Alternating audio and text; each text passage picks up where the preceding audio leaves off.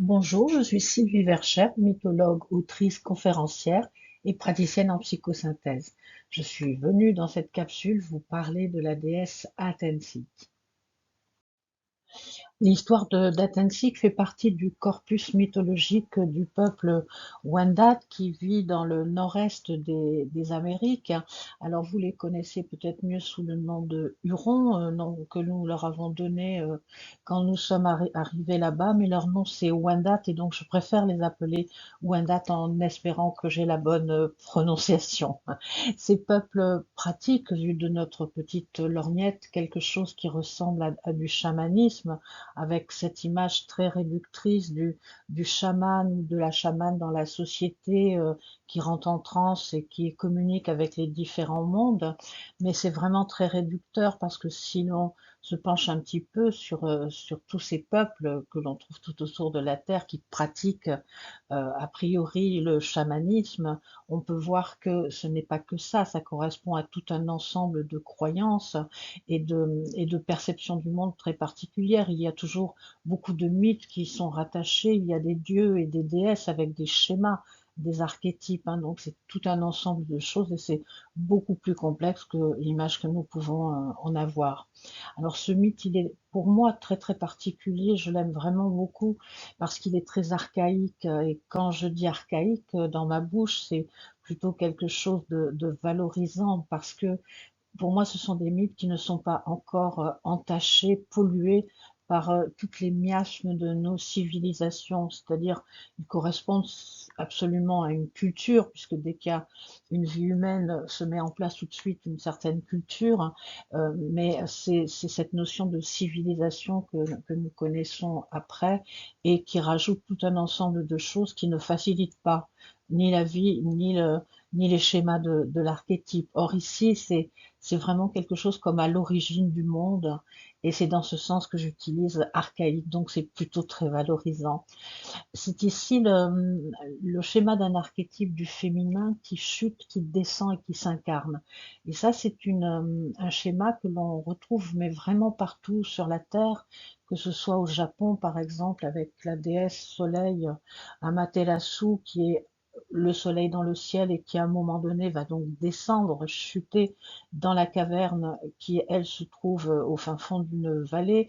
C'est aussi par exemple Sophia qui va chuter elle aussi, qui va descendre avec cette notion d'incarnation.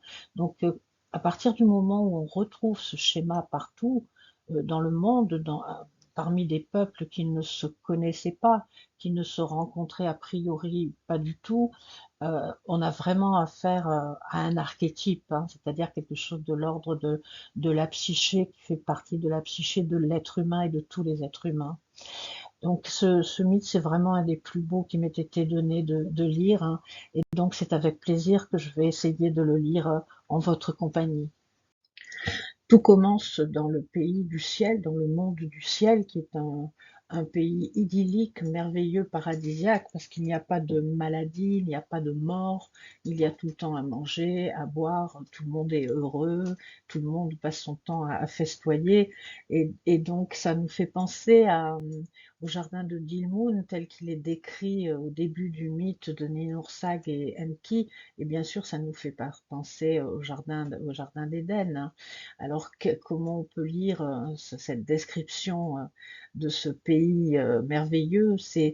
Ça peut être le souvenir que l'on a d'avoir été porté dans le ventre de sa mère, hein, à condition que ce soit une mère aimante et désireuse de notre naissance, mais ça peut vouloir dire aussi un état imaginaire dans lequel on vit coupé de la réalité, où tout le monde il est beau, où tout le monde il est gentil, où voilà, la vie est une fête, etc. C'est-à-dire on n'a pas encore conscience des réalités.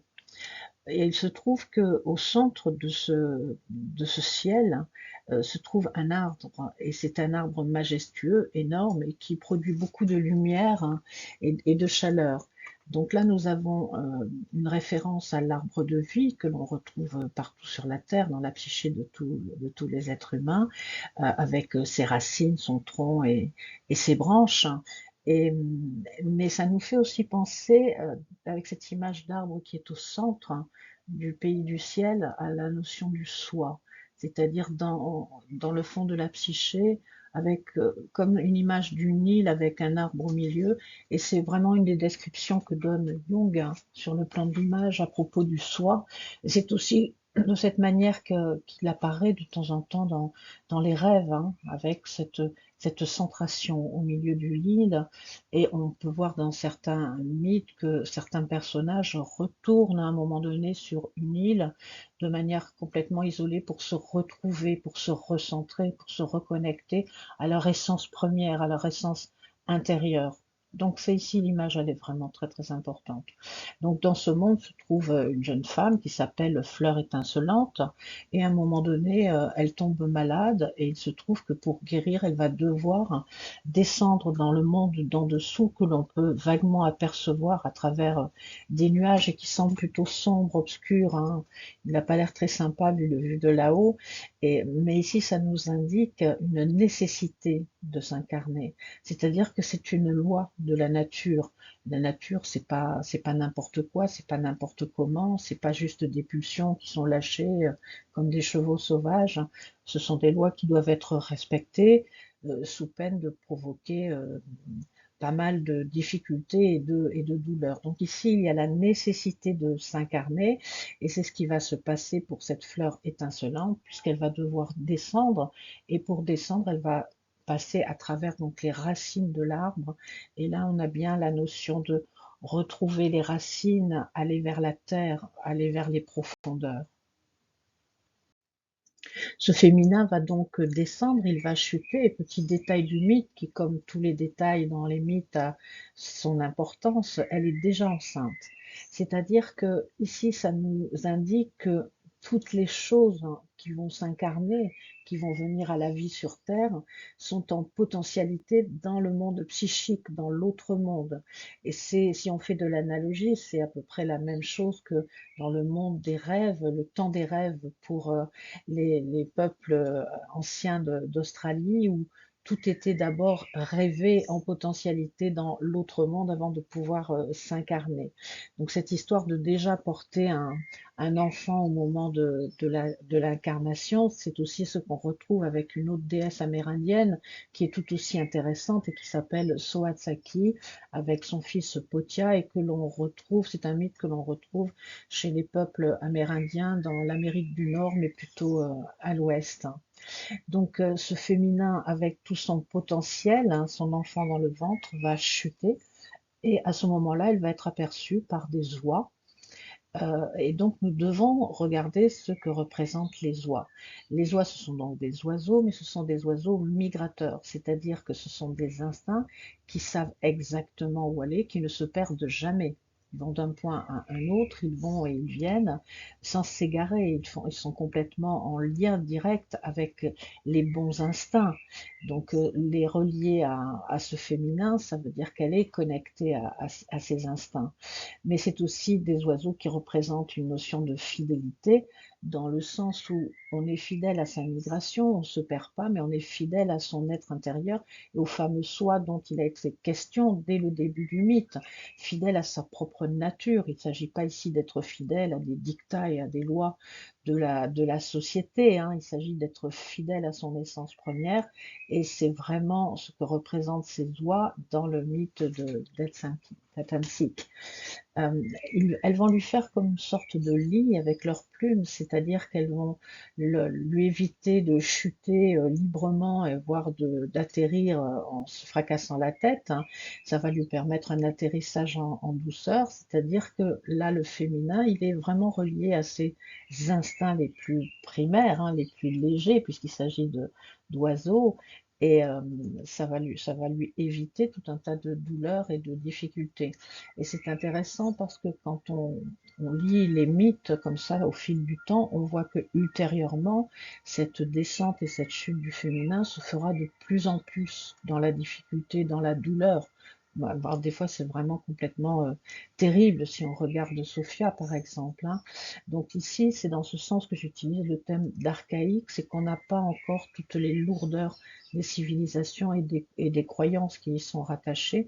On est à l'origine du monde où ce féminin, il est encore complètement relié a ses instincts et il est absolument pas détaché et coupé de son essence première, c'est-à-dire le soi avec un S majuscule. Au moment où elle chute, et donc elle est portée dans son lit de plumes et bois, une tortue va émerger, une grosse tortue va émerger des profondeurs de l'océan qui se trouve là. Donc l'océan, c'est vraiment la partie de l'inconscient collectif. Ici, on n'a pas un inconscient collectif non plus qui est complètement parasité par tout un tas de croyances et d'actes qui ont généré des miasmes et des ombres très sombres, hein. Non, on a un océan qui est là, duquel va émerger donc cette tortue qui représente vraiment quelque chose d'important, parce que la tortue, on la retrouve aussi partout sur la Terre, hein, dans les mythologies. C'est très souvent un animal donc, qui représente justement la terre avec sa solidité, sa dureté par sa carapace, mais aussi ce mouvement qui est possible, c'est-à-dire on pense au tremblement de terre. C'est pas quelque chose de fixe et de figé, c'est quelque chose. Ici, si on regarde la tortue, elle flotte sur l'océan. Donc c'est une matière qui flotte et c'est cette incarnation vers quelque chose de matériel, de matière.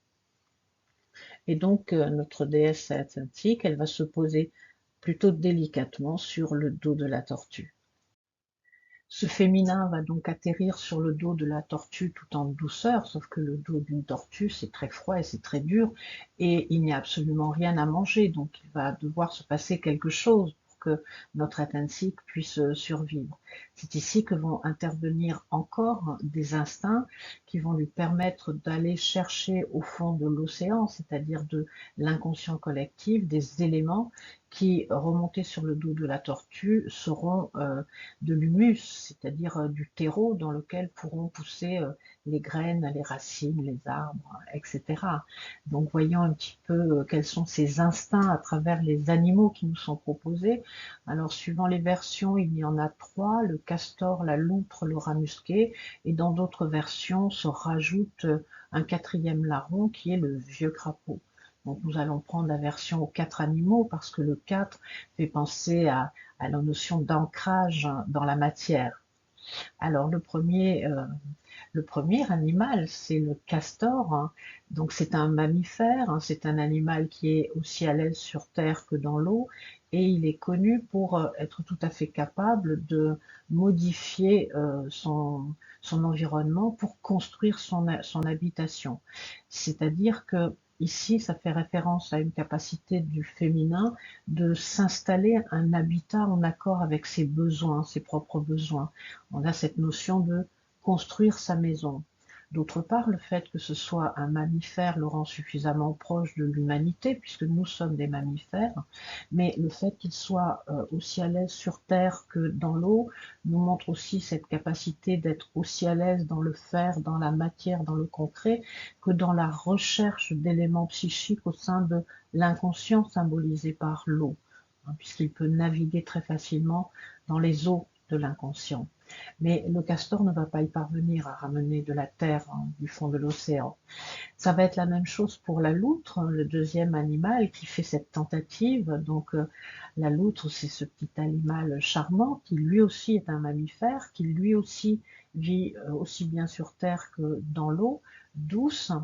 Et nous avons l'habitude d'appeler la loutre le chat d'eau. Ici, si nous nous permettons des amplifications, nous allons faire référence à, par exemple, la déesse chatte Bastet en Égypte, qui est une déesse dont les caractéristiques sont la maternité la plus tendre possible, mais tout ce qui est de l'ordre de la douceur, de ce qui est de l'ordre de la sensualité et de l'érotisme. Donc là aussi, ça fait appel à une autre qualité du féminin avec toutes ces possibilités de rendre justement cet habitat totalement agréable, hein, tout à fait bien décoré, joli, doux, comme un cocon maternel, on va dire, hein, mais avec dessus tout l'érotisme et toute la sensualité qui peut s'y adjoindre. Donc, bon, la loutre n'arrive pas non plus à remonter la terre de l'océan.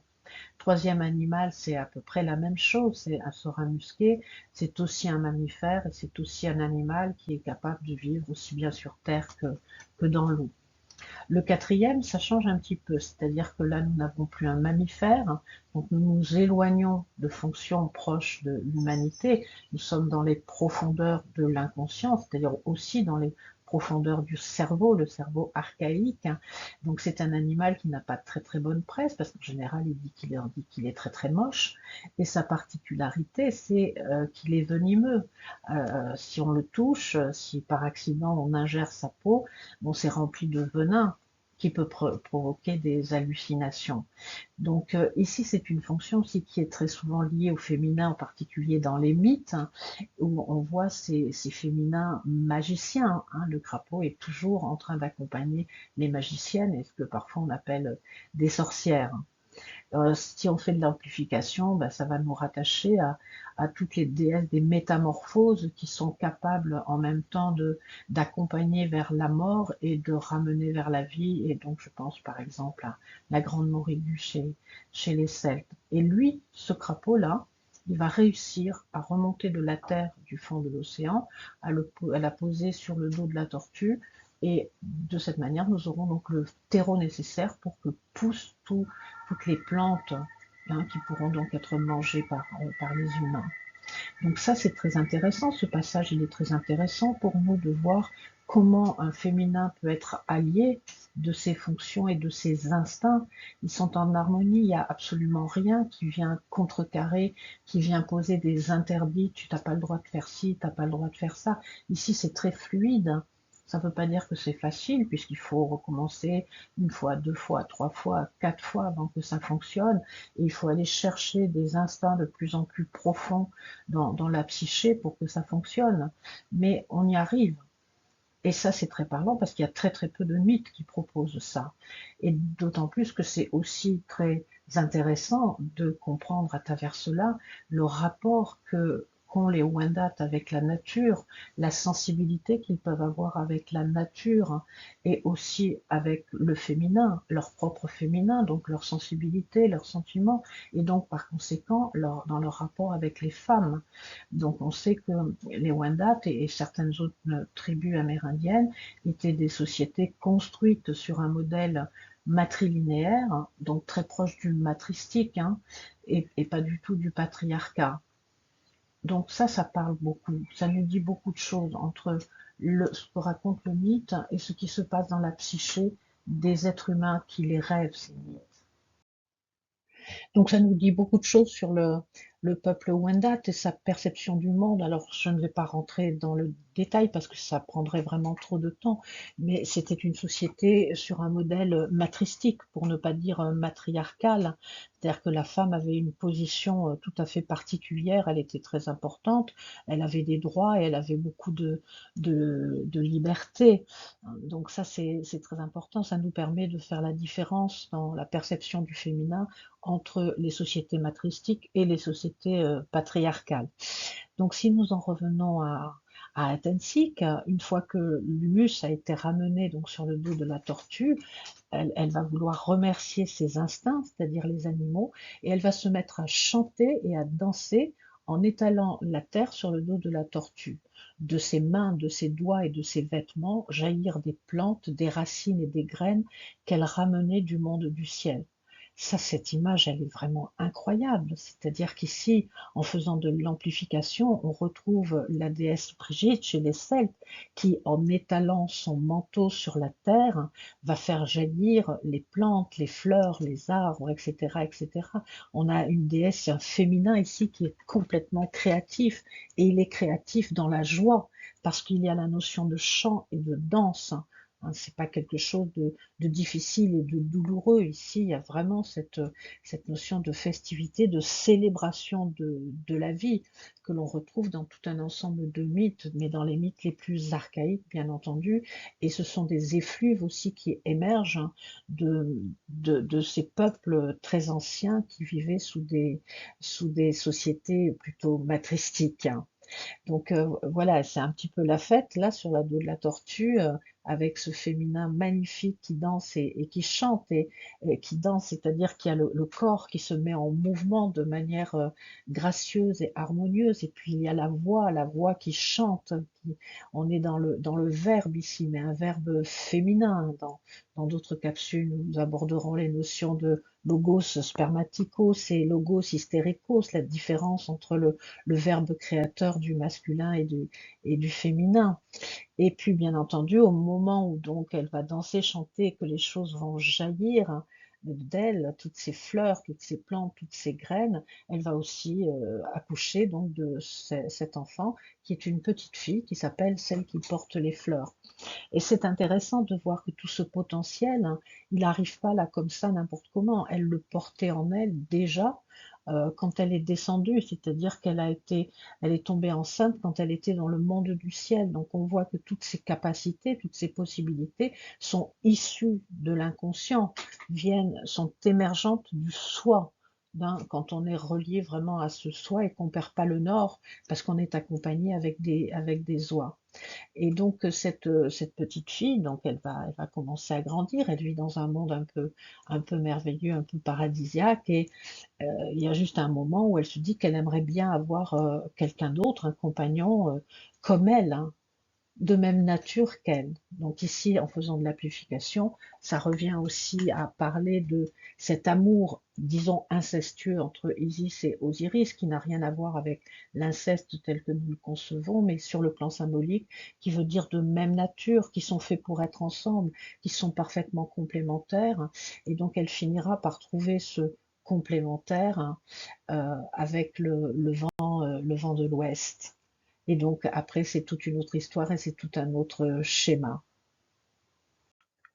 Ce que nous dit Atensik, c'est que si le féminin n'est pas entravé, ligoté, blessé, violé, et s'il est en connexion, s'il reste fidèlement en connexion avec son essence première, avec le soi, il est donc porteur de tout un ensemble de félicités. Si ensuite il reste accompagné de ses instincts les plus purs, les plus amicaux, s'il est en alliance profonde avec ses instincts, il va donc pouvoir générer une incarnation beaucoup plus agréable, beaucoup plus joyeuse, beaucoup plus féconde. Donc c'est une grande leçon, c'est un mythe important qui nous fait du bien et qui me fait du bien. Alors voyons ce que dirait Atensik si elle apparaît dans un tirage avec un questionnement par exemple sur tiens, j'ai envie de partir vivre à l'étranger, comment se présentent les augures. Donc dans la partie qui nous représente, nous avons Dana. Dans la partie qui représente l'environnement et l'autre, les autres, nous avons Brigitte. Nous avons Atensik donc en haut et nous avons Athéna en bas. Ici, ça veut dire que sur le plan horizontal, sur le plan de l'espace, nous avons une dynamique de partir vivre à l'étranger pour se retrouver plus soi-même dans le sens de retrouver sa mère. Peut-être retourner dans un pays d'origine, je ne sais pas, ça pourrait très bien être ça, mais en tout cas parce qu'on a la croyance et l'espoir qu'en partant dans ce pays étranger, nous allons retrouver une vie plus en accord avec nos propres racines, avec notre propre essence. Et dans la carte en face, nous avons Brigide, et ici aussi, ça indique que cet étranger peut représenter une vie beaucoup plus féconde, beaucoup plus fleurie, beaucoup plus généreuse, hein. Donc ça, c'est quelque chose de très positif sur le plan de l'espace. Ça veut dire aussi que le pays que nous choisissons est de cet ordre-là, hein. C'est un pays qui représente pour nous quelque chose de l'ordre de la fécondité et du fleurissement. L'origine de la question, c'est un besoin d'incarnation puisque nous avons Atensik ici, hein. Il y a cette énergie qui nous amène à faire ce questionnement, à avoir cette envie, qui est un besoin d'incarnation. J'ai besoin de me réaliser et il me semble que pour me réaliser, j'ai besoin de me déplacer dans ce pays étranger. Sauf que la réponse directe, c'est Athéna. Donc Athéna, je vous rappelle, c'est une déesse grecque, c'est une déesse de la cité, et en particulier de la cité patriarcale, puisqu'elle a été récupérée et modifiée par les patriarches, hein, qui ont accepté qu'elle devienne la reine la patronne de la cité, à condition que les femmes perdent leur droit de vote. Donc ça aussi, c'est très parlant. Et c'est donc une déesse qui devient aussi une déesse guerrière et qui va devoir se battre. Donc nous verrons en détail qui est Athéna dans la capsule qui lui correspondra, mais elle représente ce combat qui est nécessaire. Ce qui voudrait dire que tout se présente bien, l'inspiration intérieure est tout à fait légitime et de belle inspiration, mais que ça va pas être facile. Ça va être un peu compliqué. Alors je sais pas, ça peut se manifester par des difficultés pour obtenir un visa ou d'avoir suffisamment d'argent, etc. Mais il y a quelque chose de l'ordre de notre société qui ne va pas faciliter les choses. Alors voyons ce qui se trouve à l'intérieur. Ah ben, nous avons donc Bastet, dont je vous ai déjà parlé, et c'est assez intriguant parce que sans le savoir, je vous ai parlé durant la capsule de Brigitte et de Bastet, donc elles reviennent ici, hein. Ce jeu est incroyable, c'est moi qui l'ai imaginé, c'est moi qui l'ai conçu, hein, mais il me surprend tout le temps. Et donc là, il me surprend énormément de retrouver ces deux déesses-là. Et le fait qu'on ait Bastet au centre, on retrouve cette mouvance intérieure qui aspire à une vie plus douce, plus agréable, plus en harmonie, plus chaude, plus affectueuse, hein, comme si on voulait retourner dans un espèce de cocon et on fait la projection que le pays où l'on a envie d'aller représente cette possibilité de vie dans le cocon. Mais encore une fois, la réponse dernière, c'est Athéna, donc ça va pas se faire très facilement. Donc bon courage. Donc Athensik qui va nous permettre de nous reconnecter à un féminin dans toute sa puissance et dans toute sa nature avec un N majuscule, nous permettre de nous relier au soi intérieur, à notre essence première, hein, mais aussi de rester en alliance avec nos instincts qui vont bien nous guider, qui vont nous permettre de rester fidèles à notre essence première et nous permettre de générer cette vie florissante, joyeuse, dansante et chantante. Donc je pourrais conclure tout simplement en remerciant du fond du cœur le peuple Wenda qui a su nous rêver, nous générer et nous garder un mythe de cette qualité, de cette profondeur.